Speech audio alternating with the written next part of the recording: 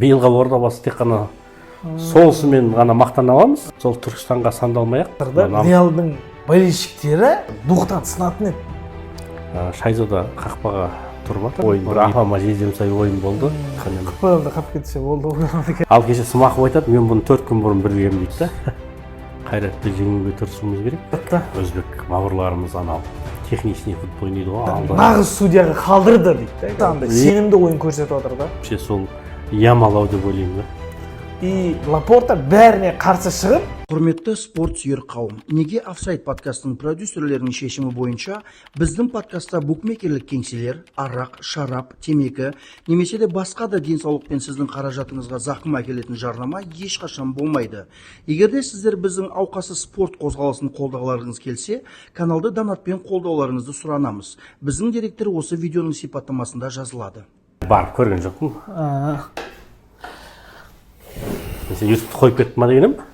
жоқ, мен просто уақытым болмай, анау жұмыстан аяқпен болып, ораза кезінде дедім де қоя салшы дедім, оразадан кейін сөйлесеміз деп. Бизнес не отыр? Жақсы. Қош келдіңіз мәке. Талай болды. Қош көрдік. Соңғы рет сөйлескеніміз сезон біткеннен кейін. Иә, маусым аяқталған сәтте. Иә, жаңа жылдан алдын еді. Енді мен тағы бастадық, сәл уақыт болмай бізде. Ал міне Ордабасының жағдайы төмен түсіп, сәл нашар халға кеп сөйлесіп отырмыз. Не дейсіз? Сіз каждый матчына барасыз, Түркістанға да барасыз? Мен Түркістанда қанша ойын өткіздік өзі? 2 ойын болды ма? Сода да бардым. Екеуіне де барып қайттым. Енді Ордабасының биылғы маусым алдындағы жоспарлары керемет еді ғой. Үйте қаламыз, бүйте қаламыз деп. Енді бұл жерде бір қуантатын жағдайы, мынау Қажымұқан Мұңайтпасов стадионы Шымкенттегі. Соның шөбін ауыстырып жатыр. Ауыстырып болды, енді соның жаңағы тамыры тереңдегенін күтіп жатыр ғой. Өсіп қойған, соны просто агроном айтты, тамыры тереңдесін депті да. Жаңағы LED экрандарын ауыстырды, мынау рекламный нелерін ауыстырды, одан кейін ішіндегі жаңағы банясын ауыстырыпты, душабойын, одан кейін раздевалка бөлмелерін ауыстырыпты. Енді мынау беговой дорожканы ауыстырып жатыр. Биылғы Ордабасы тек қана соғысымен ғана мақтана аламыз, стадионмен. Енді білмеймін, біз енді басшылық, Шымкент қаласының әкімдігі, мынау клуб басшылығы, мынау спорт басқармасы неге олай жасаған? Сол Түркістанға сандалмай-ақ, мына намыста ойнай беруге болар еді. Кеше соңғысын шақты өткізбеді ме? Кеше, иә, намыста ойнадық, Жетісуға қарсы. Алдыңғы Ақтөбемен болатын ойынға Шымкент түгел жиналды. 7000 адамдық стадион аузы мұрнынан сыйғанша толды деп айтсам болады. Қаяқта? Түркістанда, Ақтөбеге қарсы. Енді Ордабасы командасы өте сұрапыл ойнады ол ойында. Бізге гол жетіспеді. Енді біз ойлап қалдық, ой, сұмдық екен Ордабасының ойыны, енді керемет, енді көрсетеміз деп жатыр едік. Қайратқа барып масқара болдық. Одан жаңағы кімге? Қызылжарға өзіміз неде ойнадық қой? Ойынға бардым мен өзім. Ойынға Шымкенттен бардық. Жанкүйерлер түгел барды. Мысалы 5 автобус жанкүйер барды. Шымкенттік жаңағы клубты қолдауға. Ойын өте сылбыр болды. Автобус тегін апара ма? Тегін апарып, тегін алып келеді. Жаңағы өзіміз стадион алдында жиналады. Қажымұқанның алдында жиналады. Енді білесің, Астана ұтылды, одан кейін біраз уақытқа дейін гол сала алмай жүрдік. Содан мынау хан тәңірі ұтты. Енді кешегі ойын мынау біздегі намыс стадионда өтті. Жетісуда жетісіп тұрған жоқ қой. Енді Жетісуда жетісіп тұрғаны шамалы, ойын бір сылбыр өтті. Жаңағы ойын бір апама жездем сай ойын болды.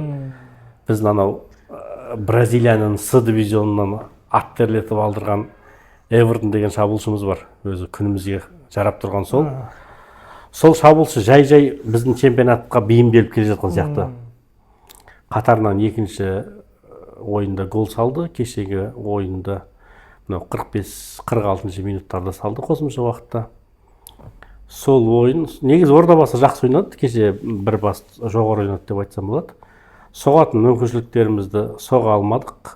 Ордабасы командасын легионерлер биыл жасақтаған кезде легионерлердің сапасы оншалықты мықты емес. Сапасы ортан гол сападағы легионерлер келген. Мысалы өзің айттым қазір С дивизионынан алып келген Бразилияның хотя бы Б дивизионнан алып келсе де болатын еді. Ол С дивизионнан алып келген. Енді 21 жасар, үйреніп кетеді деп ойлаған шығар. Сәл жас екен ғой әлі. Иә, бірақ Ордабасы командасы кеше ортада мынау Ұлар Жақсыбаев, мына Сұлтан Ниязов, Қалматов үшеуі өте нашар ойнады. Мынау Қалматов допты қарсыластарға беріп қойып өзіміздің қақпамыздың алдында. Құдай сақтағанда 11-ге 10 болды. ауылатып жіберді допты, ауаға теуіп жіберді. Олардың да шабуылшыларының өзі жаңағы сапасы деңгейі сәл төмендеу екені көрініп тұрды. Енді ойын бір сылдырғы өтті, командамыз жеңді, жеңіп қуанып қайттық. Екінші таймның басында қала әкімі Ғабит Әбдімәжітұлы өзі келіп көрді ойынды. Сол енді түсінбейтін жағдай, осы намыстағы ойнай беретін нәрсе, не үшін Түркістанға екі тур Түркістан ойнады? Намысқа неше адам сияды? Намыста бұрында 3000 адам сиятын еді, қазір намыстың екінші бетіне де уже трибуна қойған. Екі жақтан да кәдімгі бір 5000 сия ма? Сол 5000-ға барып қалады ғой, анау. КПР деген бір командалар болушы еді ғой, ағылшындық. Солардың стадионына ұқсайды. Бір 5-ші дивизион солардың. Иә, бір жақын отырасың ойыншыларға, көзің алдында ойнап айқайлап боқтасың. Кеше видеода көрдім, бәрілдің лаваш жей алғансыңдар, неге ойнай алмайсыңдар, бір айқайлап Ордабасының игроктарына. Енді Ордабасының мынау биылғы жылғы мынау Александр Мартин мырза физикасын жақсы дайындап келген, негізі көрініп тұр, физикалар жақсы. Прессинг, жоғары прессинг ойнайды, мынау майда пастармен ойнағысы келеді. Бірақ сол жаңағы завершающий дейді ғой, жаңағы қорытындылайтын ойыншының сәл болмай тұр ғой, мынау реализация жоқ. Реализацияны нашарлау болып тұр. Мынау Игнадзе деген ойыншы былтыр Қызылжарды ойнаған, ол Қызылжарды негізі сүйреп жүрген легионер еді. Кеше сол Игнадзенің қапталымен Астановтың қапталынан негізгі шабуылдар өрбіді. Ал жаңағы ортадағы жаңағы үшеуі допты жаңағы қарсыластарға берумен болды, пастары тура емес. Қорғаныста енді өзіміздің жаңағы ардагеріміз деп айтуға келеді ғой, иә. Малый ортада жаңағы топтарды бермей тұрды енді, Малыйды, бірақ енді ол кісіден мынау жақсы сапалы легионерлер озып кетеді скоросынан. Былтырдың өзінде ол Малый уже скоростан беріп қоятын болған. Шайзада қақпаға тұрып жатыр. Мынау 2 турдан бері 3-ші тур тұрды. Бірінші турда жаңа молдавандық қақпашы тұрған. Жалпы Ордабасы командасы бір енді қалай айтсам екен, өткенде мен айқай болып кетті ғой. Қызылжардан тең болдық, одан жаңа Астанадан ұтылғаннан кейін сөйтіп. Неде Түркістанда не болған? Болельщиктермен, фан-клубпен не болып кетті? Енді айқай болып кетті, боқтасып қалдық қой. Видеосын көрдім. Енді солар үшін сонша жерге барамыз, енді аз емес қой, қанша километр, бізден қанша шақырым. В общем, Түркістанға барып келу 360 шақырымдай. Барасын, ойын жоқ, реализация жоқ, тебе алмайды, гол соға алмайды, айқай шу. Ал сол кезде жаңағы клуб басшылығы Асқат Сейсенбек мырза айтады, біз үйтіп жатырмыз, бүйтіп жатырмыз, жемқорлардың бәрін жойып жатырмыз. Түрі жаман. Енді жемқорды жою бір бөлек, бізге нәтиже керек, результат керек. Шымкент деген атымыз бар. Осыдан 2 жыл бұрын ғана командамыз чемпион болған. Қажымұқан Мұңайтпасов стадионы аузы мұрнынан толып отыратын тұғын әр ойында. Енді кеше мына Намыс стадионы өзі толмай қалды. Мен Намыс стадионы толып қалатын шығар деп алдын ала Тикетон сайтынан билет алып қойған ем. Жоқ, барсам свободно, орындар бар. Жалпылама қанша билеті? 1000 теңге, 500 теңге екен. Мен сол Тикетон сайтынан алдым. Былайша айтқанда енді биыл Ордабасы командасынан бір үлкен нәтиже күтпеймін өзім. Мен оны бұрында да айтқан ем ғой, алдыңғы подкастта да айтқан ем. КПЛ-да қап кетсе болды ғой қазір. Енді сол болып тұр ғой Ордабасының қазір. Кейінгі алтылықтың лидері болып жүретін сияқты ғой, жаңағы алдыңғы алғашқы, одан кейінгі жаңағы енді 14 команда қатысып отыр ма биыл бізде? Иә. Соның кейінгі жетеуінің чемпионы болып жүретін сияқты ғой. Сіз егер есіңізде болса, кімнің Шайзада ма тұра алмайды вратаға анау мынау деп көп сынға алатын едіңіз. Енді Бекхан Шайзада Анау негізгі сөзіңізді бөлдім, кешегі ойын цифртерді көріп мен бір сейв жасады. Базар жоқ, анау әдемі істеді, бірақ кәдімгі баспан ұрып еді, жаңағы анау 9-ға кетіп бара жатқан допты қайтарды. Енді Бекхан Шайзада алдыңғы чемпион болатын жылдарда негізгі важный ойындарда қателік жіберетін еді ғой. Мысалы, біз чемпион болатын жылғы Ақтөбеде қолында ұстап тұрған допты жіберіп алды. Былтырғы мынау Қайсардан ұтылған кезде де Бекхан Шайзаданың бірден бір қателіктері болды. Кейін білесің ғой, орнын Игнатьевичке беріп қойғандығын былтыр. Игнатьевич қақпашы алып қойғандығын Шайзададан. Алдыңғы жылғы кубоктың финалында мен мысалы үшін Астанаға бардым. Сол кезде де Шайзаданың бірден бір себепкер болды ұтылуымызға. Сол себепте ол Шайзаданы көп сынайтындығын едім. Енді жаңағы сын болмаса түзелмейді ғой. Иә, дұрыс. Мысалы Шайзада мықты болса, бізге бәрімізге жақсы ғой. Ордабасының түлегі, өзіміздің жаңағы Шымкенттің тумасы деп айтсақ болады. Енді Шайзада былтырлары кішкене формасын жоғалтып алды, өйткені ұлттық құрамаға да шақырылмай қалды. Енді жай биылғы жаңағы бапкеріміз сеніп жаңағы нөмір 1-ді сол кісіге беретін болса, мүмкін алдағы сборныйға, ұлттық құрамаға шақырып қалуы мүмкін. Пока сенімді ақтап отыр. Енді сенімді ақтап отыр деп айтуға да болатын шығар. Енді бірақ Шайзада қақпада тұрғалы ортаңқол командалардан ойнап келіп отырмыз ғой. Жаңағы Жетісу, Қызылжар дейміз. Жаңағы Астанамен кім? Астанамен Шайзада тұрды. Онда ұтылып қалдық. Ол жерде де көрдім. Туп-тура тепкен доп кіріп кетті. Шайзада енді байқамай қалған шығар, білмеймін ғой. Жаңағы біздің қорғаушылардың тікелей қателігі ғой. Кеп атқан допты анау ойланып біраз через себе теуіп кіргізіп жіберді біздің қақпаға. Енді қорғаныс, мен өзім байқадым бұл кісінің ойынын. Сол кезіндегі Александр Сергеевич Сиднев мырза бар еді ғой. Сол кісінің тактикасына келе ма? 3 қорғаушымен ойнап жатырмыз. Жаңағы 3-2-3, жаңағы бір шабуылшы, мынау 2 фланг, жаңағы Игнадзе мен жаңағы кім екеуі, Астанов екеуі жүгіріп отырады 2 флангмен.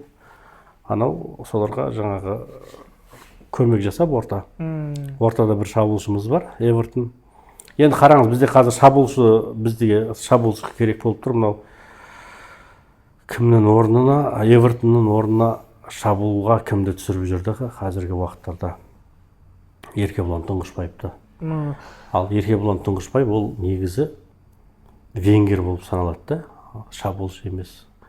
Оны енді қазір мынау кадрдың тапшылығы шығар деп ойлаймын. Енді может бөлінген қаражаты жаман емес. Биылға 3-те қанша деді? 3-те 2 миллиард па соншама ақша бөлінген. Команда может жазғы трансферде бір сапалы бір шабуылшы алып қалатын шығар. Анау айлығын көп деп Асқаттаға берген шығарып салдық оны. Кетті ғой, сұмдық кетті ғой кеткен. Одан кім, біз алғашқы Ақтөбемен болған ойында кім отқан тұғын? Макаренко неде? Жаңағы көрермендердің арасында. Ол кісінің айлығы Асқаттаға бергеннен көп екен. Ол кісін де шығарып салдық.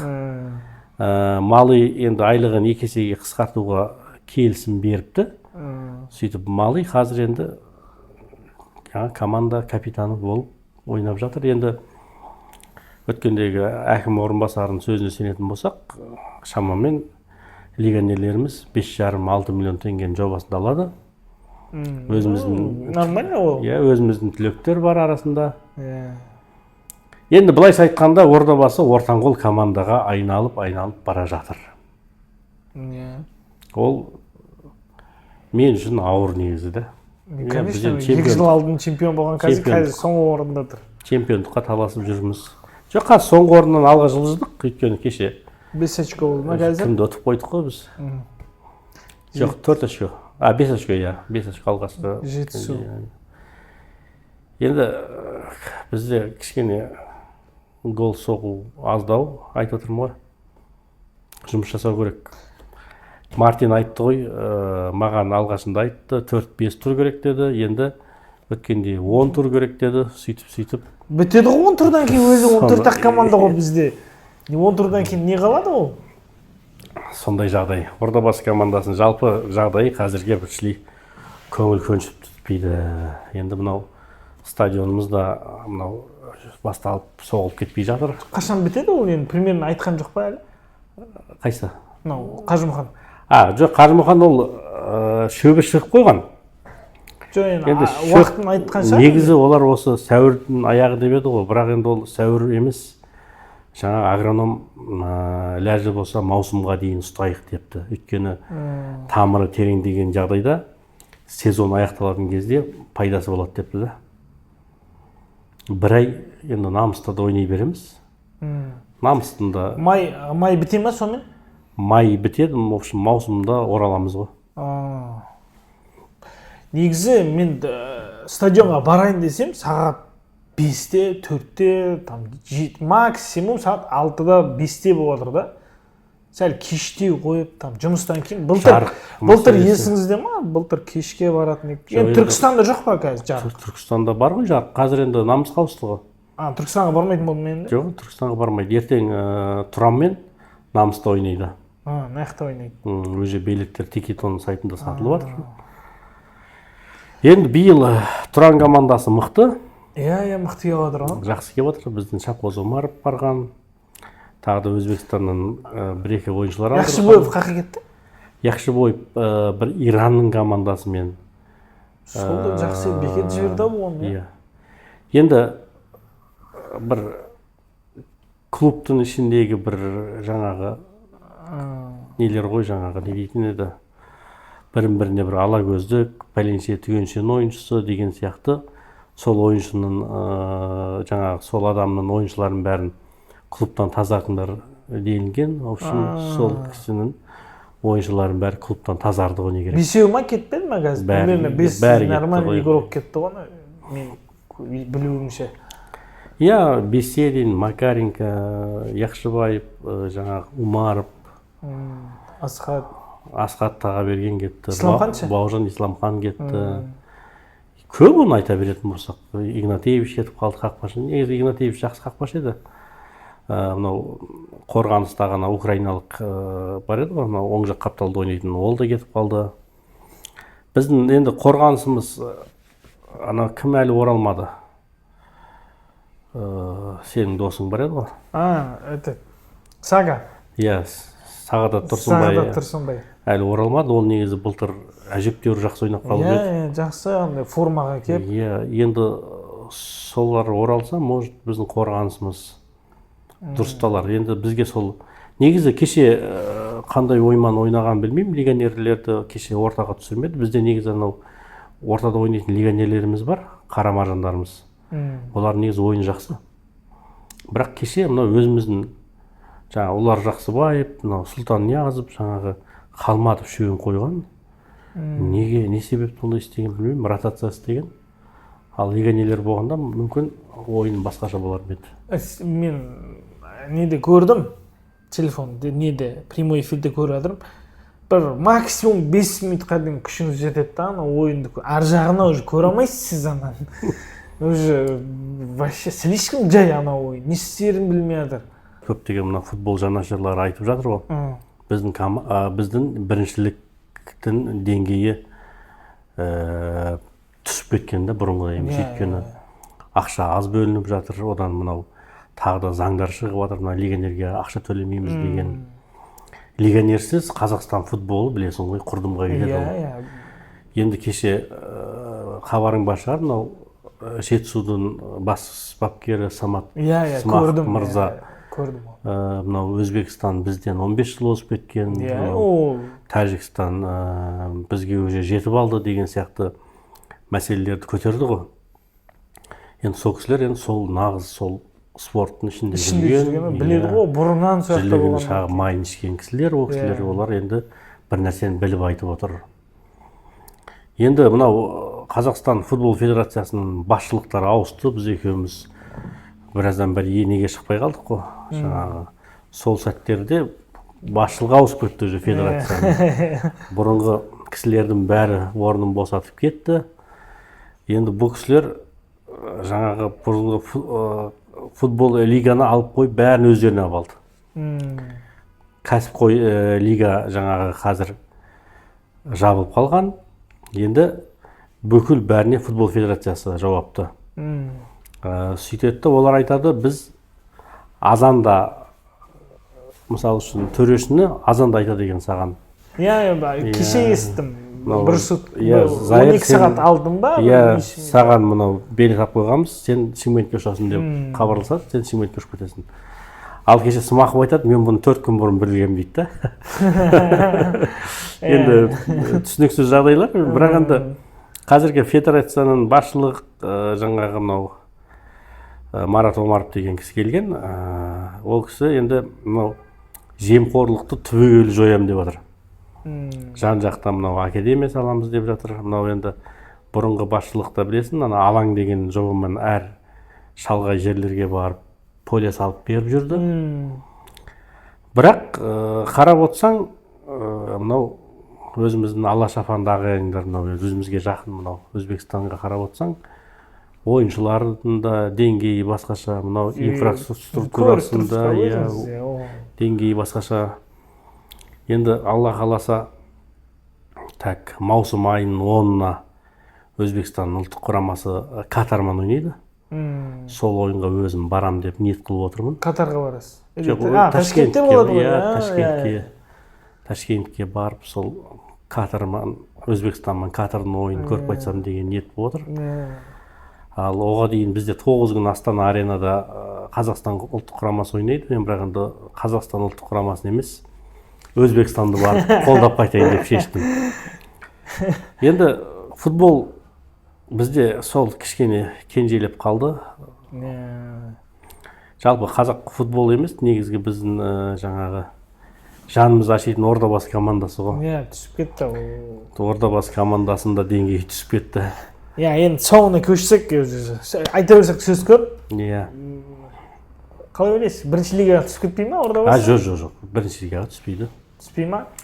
Болды. Бірінші лигаға түсетін командалар өздері Ұлытау деген командалар бар. Жетісу, одан кейін мынау Оқжетпесті көп мақтап жатыр. Енді Оқжетпес былтыр бірінші лигадан келген бізге. Одан кейін Қайсар командасы бар. Тек қана жаңа қазақстандық ойыншылармен ойнаймыз дейді ол кісілер. Легионер жоқ. Бірақ сол легионерсізде кеше Қайратпен тең ойнады. Оны бүкіл жарияға жар салып, жаңағы пабликтер бәрі айтып жатыр. Ордабасы командасы биыл сол алшылықтың ішінде болады. Мен бестікке кіреді деп кезінде айтып едім, сол бестікке кіре алмайтын сияқты. Енді бір мүмкін жақсы бір шабуылшы болса, енді негізгі қарсыластары Ақтөбе, Қайрат, Астанамен ойнап қойды. Енді кейінгі қарсыластарымыз бар. Енді соларда очко жинап алдыңғы 4 турымыз бар. Алдыңғы 4 турда 12 ұпай жинап алуымызға мүмкіншілік бар. Одан кейін мамыр ғой, мамыр айының 14 күні Ордабасы Қайратпен үйде кубок ойнайды. Сол кубок ойында біз Қайратты жеңуге тырысуымыз керек.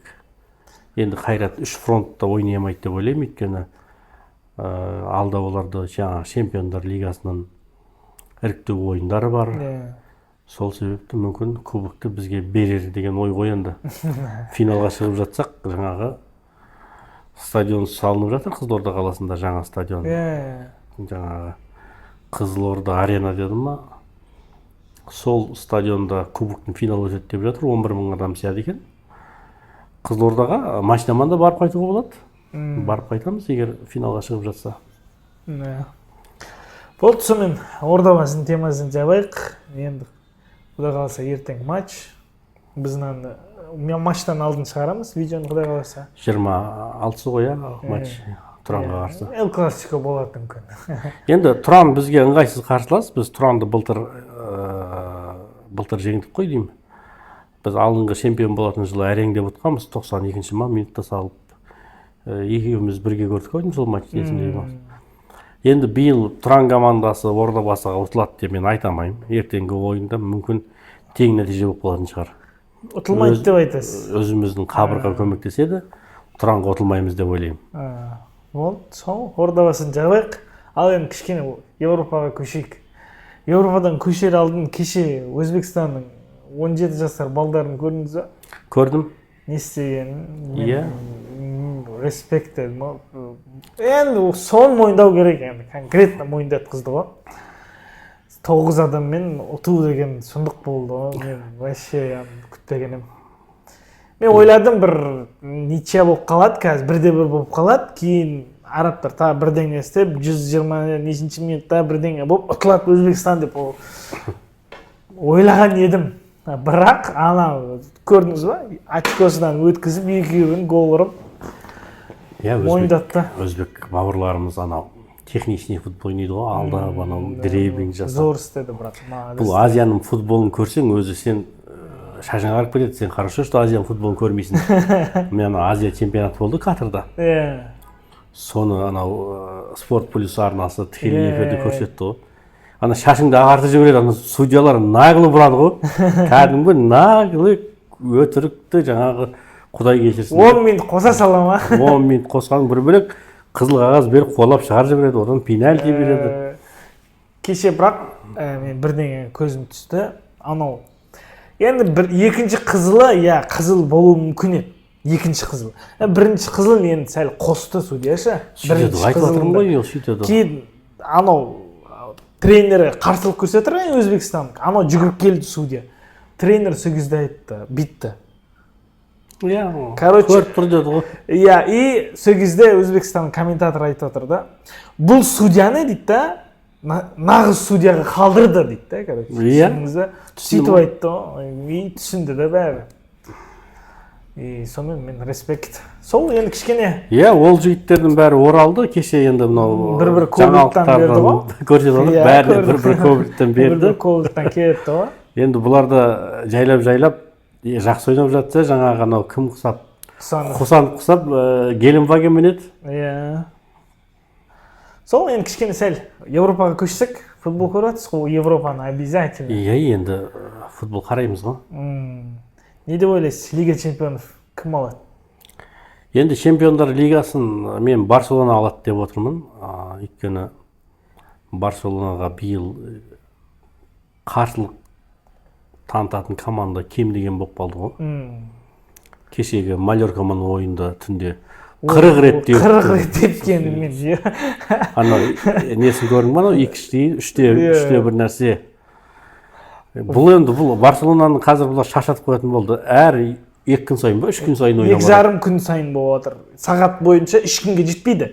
Сағат есептесе 3 күнге жетпей ойнап отыр. Кеше анау Ансу Фати зор ойнады ол. Негізгі құрамында ойнады. Мен ойладым, бір ауыр болса керек. Жоқ, жақсы андай сенімді ойын көрсетіп отыр да.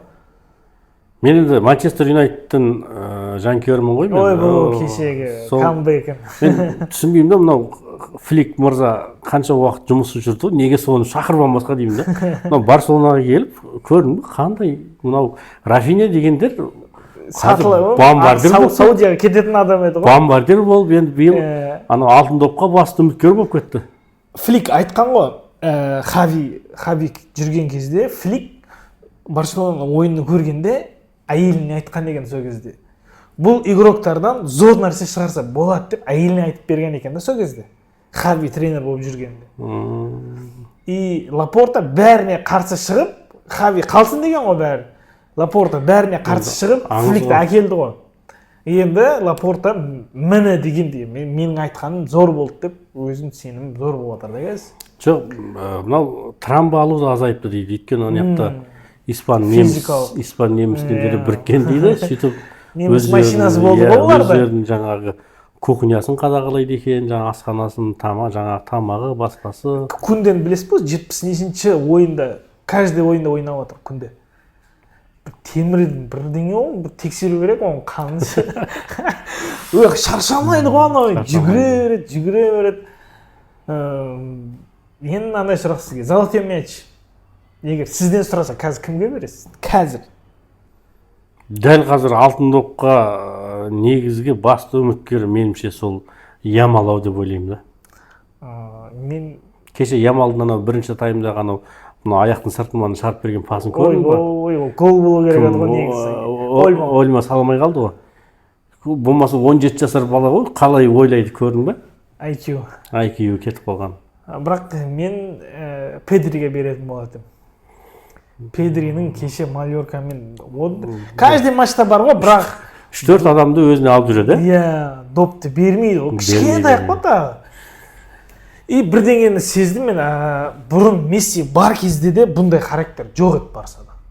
Егер ойын жағынан қарайтын болсаңыз, андай 2 гол ұтылатыр ма, уже духтан сынатын еді. Бұрын. Қазір білесіз ба, 4 матчта 2 голдың несін жоққа шығарды Барселона. 4 матчта. 2-де 0 ұтылатқан кезде 4-де 2 істеген, кеше 3-те 1 ұтылатқанда 4-де 2-3 істеп кетті. Селтаман ғой, мен 1-де 3 еді, мен ойынды көрдім, мен анау до конца көрдім. Кейін анау пенальти қойып берді ғой. Соны мен енді Барселонаның жанкүйері емеспін, бірақ енді заслуженно да чемпион болсын екен деп отырмын да. Реалға қарағанда да, Реал мысалы үшін соншама қымбат ойыншыларды жинап алған, звездный состав. Мен бұндай нашар Реалды көрген емеспін. Андай не істерін білмей жатыр ғой стадионға түсіп. Ондай бұл Реал. И тағы бірдеңе шығып жатыр да, Реалдың болельщиктері білмеймін, ойбай Реал мынандай болып жатыр. Реалдың болельщиктері Реалға лишний әңгіме айтуға ақысы жоқ әлі. Мен Барселона фанат ретінде айтам. Реалдың болельщиктері Реал Мадридке лишний әңгіме айтуға құқы жоқ. Сонша әр 2 жылды сайын чемпион болады, Лига чемпионовта чемпион болатын команданы жерге ұрады да. Ал биыл қазір действительно по-любому Барселона мықты, оны мойындау керек. Барселона мықты, биыл чемпиондар лигасын алуға лайық. Енді Интер де мықты ғой. Интердің ойын тактикасы Ордабасының тактикасына ұқсайды. Екеуі бір тактикамен ойнайды.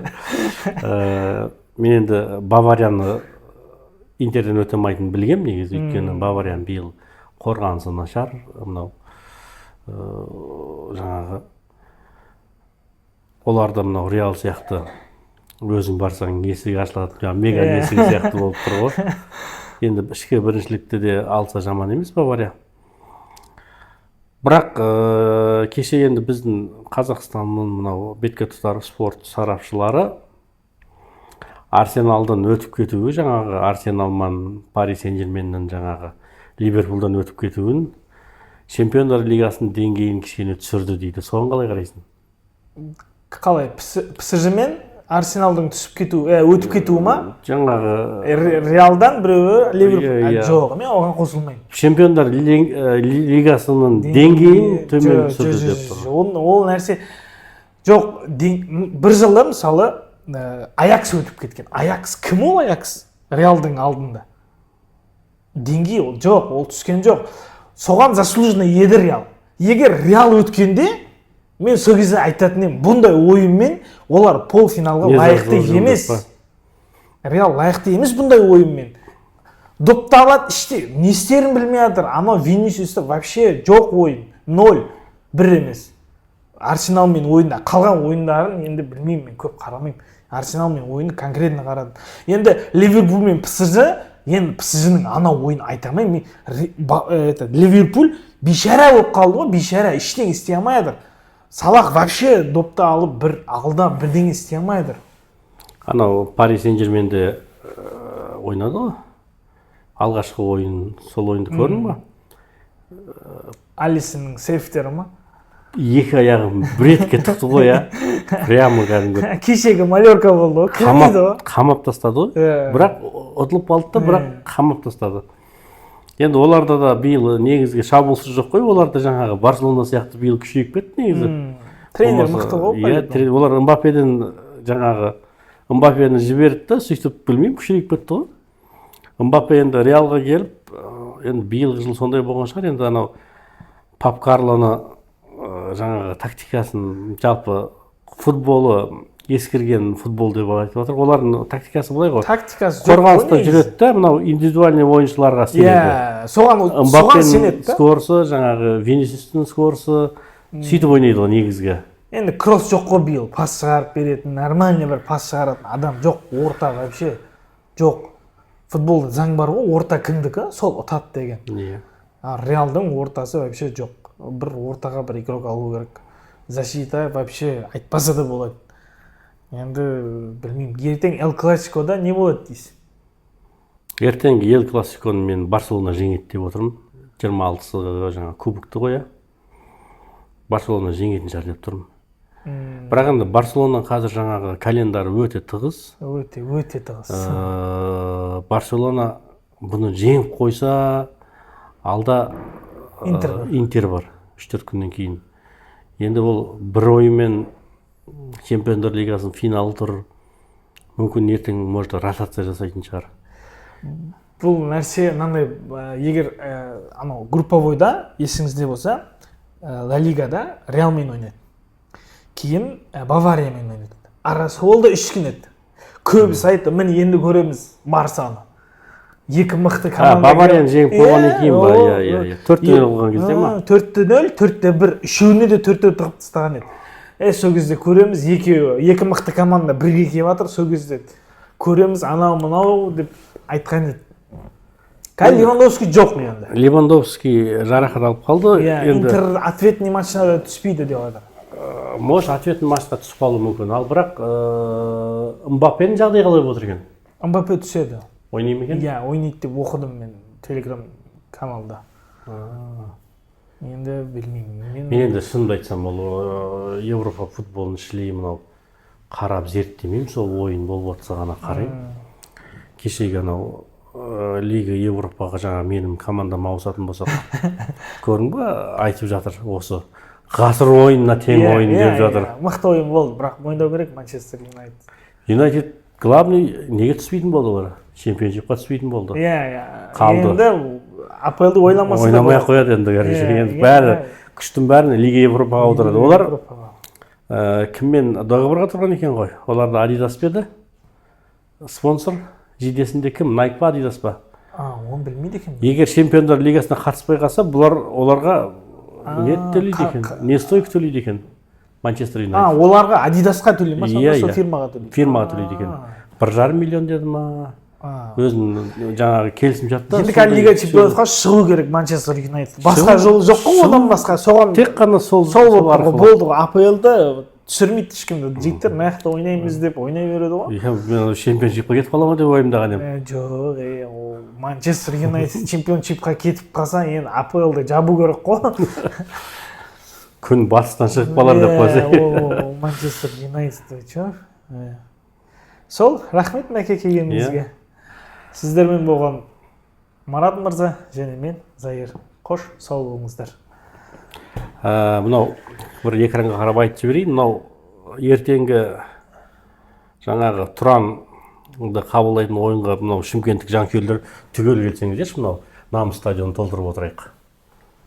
Сол толмай жатыр ма әлі? Толмай жатыр ғой сол.